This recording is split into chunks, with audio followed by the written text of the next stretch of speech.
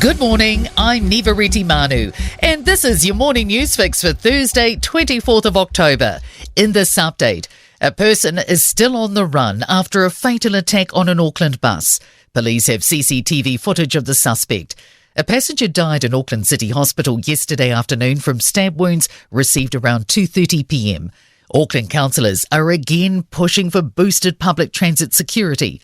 Local councillor Josephine Bartley says it's shocking news and transport safety is not a new issue. Bearing in mind that there's 1.6 million trips per week and generally it is safe, but I can understand the call now for transit police.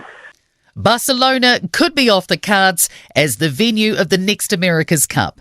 Catalan News is reporting the city won't host the event again in 2026.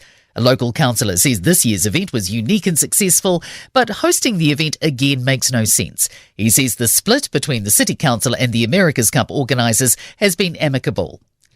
A woman at the centre of a mass rape trial has taken the stand in France. Dominique Pellicot is on trial for drugging and raping his former wife Giselle when they were married and inviting dozens of other men to do the same for nearly a decade. Sky News reporter Siobhan Robbins says Giselle Pellicot has described how she'd often wake up feeling tired, having no idea what had happened to her during the night. She was explaining how potentially the drugs got into the food, and she said one night when I finished a meal I went to the bedroom and then to the bathroom and he gave me ice cream in bed. She said it was her favourite flavour. 4 people have been killed and 14 injured in a shooting at a Turkish aerospace company near Ankara. The Turkish government says 2 suspects have been neutralised. The government is waiting on advice ahead of announcing who it will appoint as Wellington City Council's Crown Observer.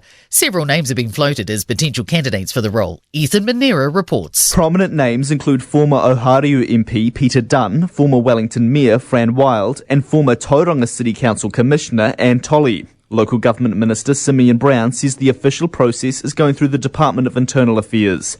Dunn says he's not been approached but would not speculate on whether he was interested, while Wild said she's not interested and Tolley says she's retired. The Prime Minister says the Palace has an open invitation to visit New Zealand any time. Christopher Luxon will meet King Charles for the first time in coming days at the Commonwealth Heads of Government meeting in Samoa.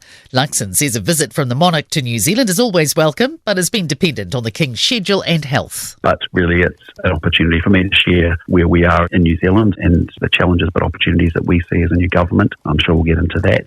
And Luxon will travel with Foreign Minister Winston Peters, who says this year's CHOGM offers a platform for smaller countries to air their concerns.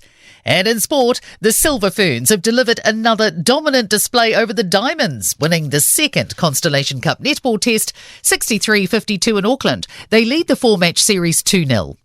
Former Rugby Australia boss Hamish McLennan is urging the governing body to entice league playmaker Nathan Cleary across codes. And finally, Zimbabwe has posted a T20 cricket international record total of 344 for 4 against the Gambia during their World Cup Africa qualifier in Nairobi. They went on to win by 290 runs. And I'm Neva Manu. That's your latest news fix. We'll be back with the next update at midday from the Newstalk ZB newsroom.